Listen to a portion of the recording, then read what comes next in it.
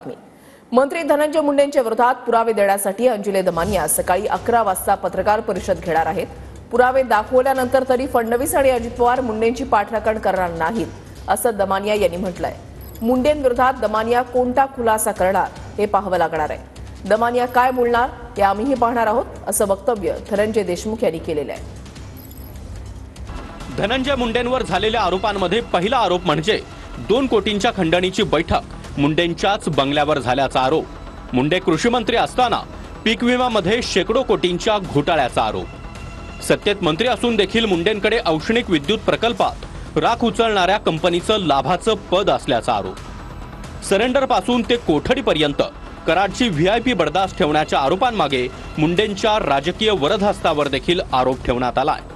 आरोपी कराड मुंडेंच्या अनेक व्यवसायामध्ये पार्टनर आहे तसा आरोप केला जातोय आणि कराड अर्थात आकाचा आका आणि कराड घुलेचा बॉस धनंजय मुंडेच असल्याचा आरोप आहे। जी प्रेस कॉन्फरन्स मी घेणार आहे त्याच्यात इतका मोठा खुलासा आहे तो आणि इतका दडदडीतपणे केलेला खुलासा आहे तो, तर त्याच्यानंतर मला वाटत नाही की मुख्यमंत्री काय किंवा अजित पवार काय कोणीही त्यांची पाठराखण करू शकणार नाही। आणि हे पेपर झाल्यानंतर मी हे भगवानगडावर कदाचित स्वतः घेऊन जाणार आहे। अंजलीताई असतील, लोकप्रतिनिधी असतील सगळे किंवा समाज घटकातले सगळे सर्व लोक असतील, सर्वसामान्य सर्व जाती धर्मातील, यांची भूमिका आहे न्यायाची आणि न्याय मागताना त्यांच्याकडे कुठल्या गोष्टी आहेत हे खरंच उत्सुकाचं आहे की आता आपल्याला 11 वाजता ज्यावेळेस ते प्रेस घेणार आहेत त्यावेळेस अजून काय बाहेर पडतंय हे आपण सर्वजण